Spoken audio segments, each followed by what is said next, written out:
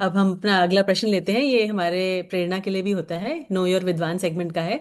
वैसे तो आपका परिवार, आप विद्वानों के परिवार से हैं, पर फिर भी क्या कभी जीवन में कोई ऐसा टर्निंग पॉइंट था कि आपके श्रद्धान को पक्का किया कि यही सही मार्ग है?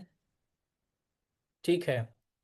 मेरे साथ ऐसा कुछ कोई एक टर्निंग पॉइंट नहीं है कि मैं इसके पहले तो एकदम दुनियादारी में व्यसन कर रहा था और इसके बाद एकदम तत्वज्ञान में आ गया, ऐसी बात नहीं है। जैसे कि आपने बताया कि मेरा तो जन्म ही बहुत संस्कारित स्वाध्यायी तत्वज्ञानी परिवार में हुआ। तो बचपन से ही धर्म से जुड़ान, कक्षाओं में, पाठशाला में, स्वाध्याय में जाना सब रहा। लेकिन जितना जितना जो मैंने पहले बात कही कि जितना जितना हम एजुकेटेड होते जाते हैं, जितना जितना पढ़ते जाते हैं, उतना उतना श्रद्धान दृढ़ होता जाता है। अभी पहले ही वही बात मान लो, सुन के, मम्मी पापा से सुन के, इधर से गुरुओं से सुन के, से देखते थे, सीखते थे। अब खुद पढ़ के एनालिसिस करते हैं और श्रद्धान दृढ़ होता है। तो मेरे साथ कोई एक ऐसा पॉइंट नहीं है।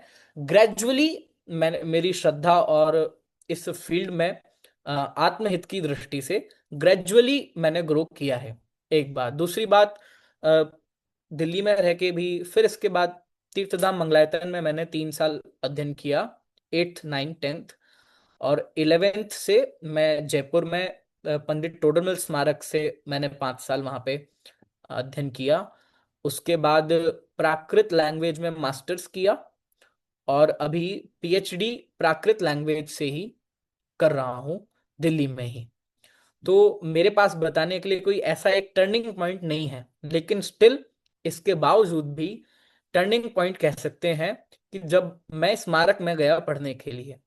फर्क ये होता है कि हम पहले सुनते हैं, चीजों को सुनते हैं, मम्मी पापा ने कहा इसलिए सुनते हैं, गुरुओं ने सिखाया इसलिए सुनते हैं। लेकिन जब खुद बड़े बड़े शास्त्र हाथ में आते हैं, 2-2 हजार साल पुराने शास्त्र हाथ में लगते हैं, कुंद कुंद को सीधा पढ़ते हैं, अमृत चंद्राचार्य सीधा समझ में आते हैं, अभी हिंदी की जरूरत नहीं पड़ती, डायरेक्ट प्राकृत समझ में आती है, डायरेक्ट संस्कृत समझ में आती है।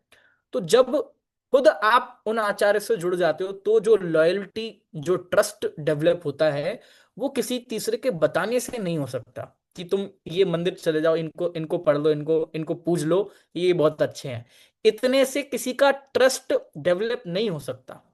स्मारक में जाने, जो जयपुर जाने के बाद जो खास बात इस श्रद्धान में वर्क की, कि जब बड़े बड़े शास्त्र हाथ में आए और उनको डायरेक्ट पढ़ने और समझने की एबिलिटी डेवलप हुई, तो ये बहुत बड़ी खास बात थी। और दूसरी बात, जो लैंग्वेज से भी मास्टर्स किया मैंने, प्राकृत लैंग्वेज से मास्टर्स किया, संस्कृत सीखी, तो अभी किसी तीसरी लैंग्वेज को बैरियर नहीं बनाना पड़ता।